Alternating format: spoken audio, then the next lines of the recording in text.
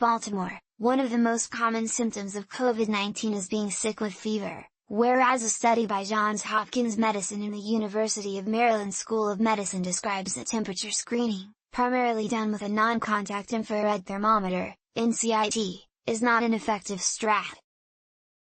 According to an editorial published in Open Forum Infectious Diseases, the online journal of the Infectious Diseases Society of America, the first aspect of COVID-19 screening by the temperature that the researchers questioned was when the U.S. Department of Health and Human Services and the U.S.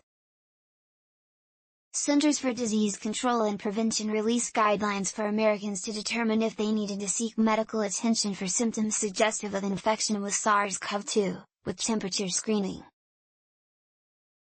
According to the guidelines, fever is defined as a temperature taken with an SIP near the forehead, of greater than or equal to 104 degrees Fahrenheit, 38.0 degrees Celsius, for non-healthcare settings and greater than or equal to 100.0 degrees Fahrenheit, 37.8 degrees Celsius, for health.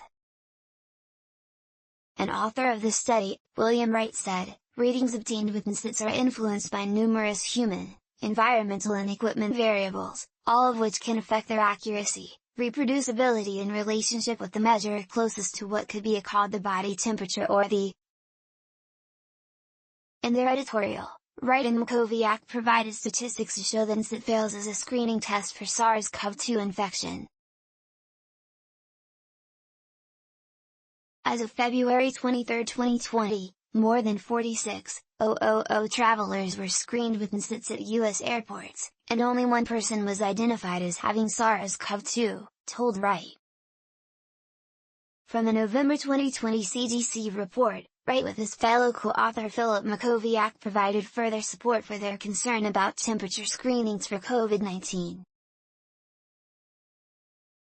The report, they said, stated that among approximately 766,000 travelers screened during the period January 17 to September 13, 2020, only one person per 85,000, or about 0.001%, later tested positive for SARS-CoV-2.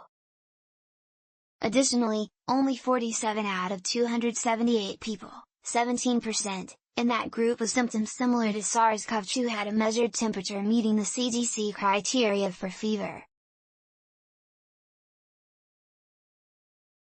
Another problem with NSITs, Wright said, is that they may give misleading readings throughout the course of a fever that makes it difficult to determine when someone is actually feverish or not.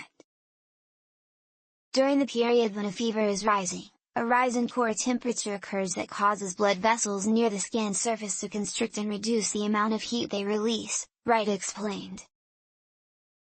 And during a fever drop, the opposite happens. So, basing fever detection on NSIT measurements that measure the heat radiating from the forehead may be totally off the mark, he added.